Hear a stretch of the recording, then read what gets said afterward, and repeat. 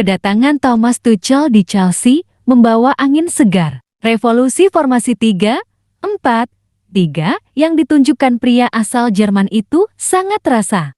Keseimbangan tim dan pertahanan lini belakang menjadi fokus perhatian Tuchel ketika awal kedatangannya. Dengan materi pemain bekas Frank Lampard yang tergolong cukup mewah seperti Havertz, Werner, Ziyech, Pulisic, tentu bukan perkara rumit bagi Tuchel untuk menerapkan taktiknya. Kesuksesan sistem yang dibangun Tuchel pun akhirnya berbuah manis. Chelsea sukses merengkuh trofi Liga Champions Eropa tahun 2020 tahun 2021 dan mampu finish di posisi ketiga Liga Premier Inggris. Formasi 3-4-3 Chelsea seketika menjadi primadona di Eropa. Padahal sistem itu pernah juga dipakai Chelsea era Antonio Conte. 3-4-3. Conte juga sempat berbuah hasil juara Liga Inggris. Pada musim tahun 2021 tahun 2022, 3-4-3 Tuchel awalnya berjalan lancar seiring pemain yang dibutuhkan Tuchel berfungsi pada sistemnya. Clean sheet dan menang terus menjadi trademark skuad Chelsea tahun ini. Kandidat calon juara Liga Inggris pun disematkan. Namun, bak bola yang dilemparkan ke atas. Harapan itu pun pelan-pelan jatuh. Pola 3-4-3 ala Tuchel kemudian mengalami fase stagnan, bahkan drop di tengah musim, khususnya pada periode Desember. Kedalaman skuad Thomas Tuchel dipaksa keropos akibat cedera dan pandemi. Alhasil, Tuchel pun harus memakai pemain pelapis. Dan di situ letak masalahnya. Pemain pelapis yang dipercaya Linglung, mereka tak mampu menjalankan skema dengan baik. Taktik 3-4-3 sebelumnya tak berjalan sebagaimana mestinya.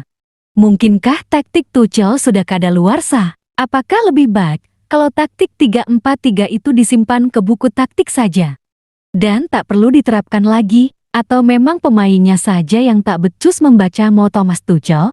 Bulan Desember tahun 2021 jadi semacam pintu gerbang mampetnya strategi Thomas Tuchel. Diawali dengan bertandang ke West Ham. Absennya Kante, salah satu pivot kunci dimanfaatkan oleh West Ham dengan meniru formasi 3-4-3 Tuchel. Kekuatan Tuchel dibaca oleh Moyes dengan mematikan kekuatan wingback Chelsea.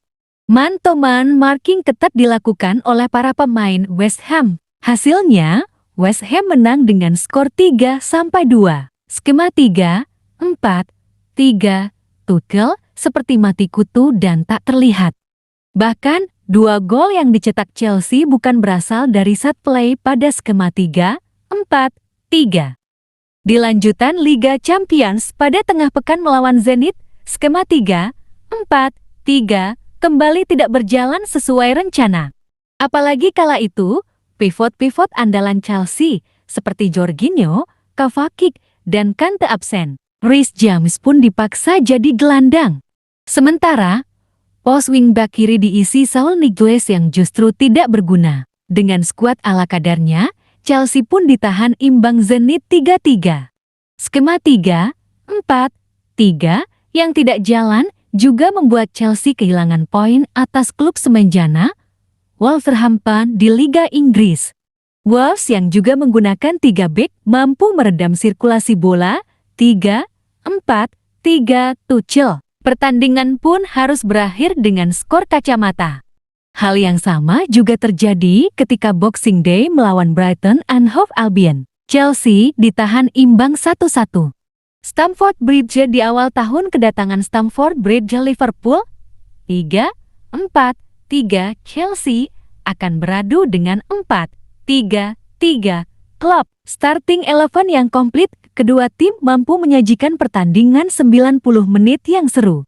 Pola 3-4-3 mampu beradu dengan 4-3-3 Klopp meskipun secara hasil tidak memuaskan, khususnya transisi bertahan menyerangnya cukup kesusahan, terlebih ketemu lawan yang tipikal pressingnya hampir sama.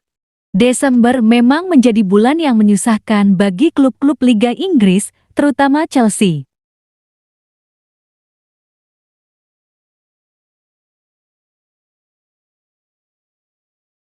Desember memang menjadi bulan yang menyusahkan bagi klub-klub Liga Inggris, terutama Chelsea. Karena diterpa badai cedera dan banyak pemain yang terinfeksi virus, membuat Thomas Tuchel mesti memutar otak. Line up andalan dalam formasi 3-4-3 di setiap posisi bergiliran absen. Hal itu mau atau tidak, membuat Tuchel harus merotasi pemain. Dari situ, kedalaman skuad Chelsea pun keropos di sana-sini. Belum lagi, festival period ini selalu memakan korban karena jeda waktu istirahat yang sebentar. Chelsea pun harus kehilangan beberapa pemain pilarnya karena cedera dan COVID-19. Skuad Chelsea terpaksa harus bermain tanpa Kante, Jorginho, Chilwell, James, Werner, dan Havertz yang bergiliran absen. Dari situlah strategi Thomas Tuchel jadi tidak berjalan dengan baik dan maksimal. Tuchel tampaknya segera sadar kalau skema 3-4-3 tidak berjalan akhir-akhir ini. Pelatih yang terkenal kepala batu itu akhirnya mengubah formasi ketika menghadapi Tottenham Hotspur di leg pertama Piala Liga di Stamford Bridge. Untuk pertama kalinya, Tuchel di awal match menggunakan sistem baru 4-2-3-1 atau bisa jadi berubah menjadi 4-2-2-2 ala gegenpressing Rangnick. Hasilnya lumayan. Chelsea bermain dengan bola penuh dan menggunakan space kelonggaran formasi 4-2-3-1, di mana ketika off the ball bisa menjadi 4-2-2-2 pada saat pressing lawan. Dengan memanfaatkan menang jumlah di tengah, sirkulasi bola, transisi menyerang dan bertahan akan menjadi lebih mudah. Alhasil, aliran bola Spurs lewat pivot mereka cenderung mandek karena mudah hilang bola setelah pressing para pemain Chelsea berhasil di area permainan Spurs.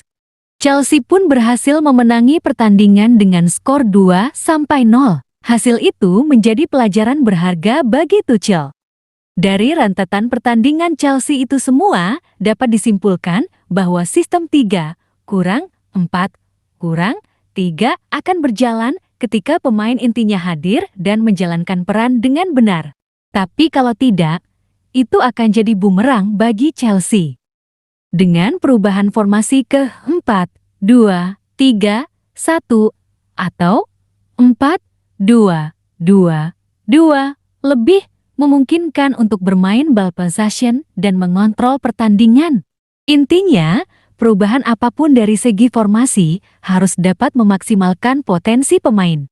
Jika potensi pemain itu tidak cocok di sistem 3-4-3 ya, jangan dipaksakan.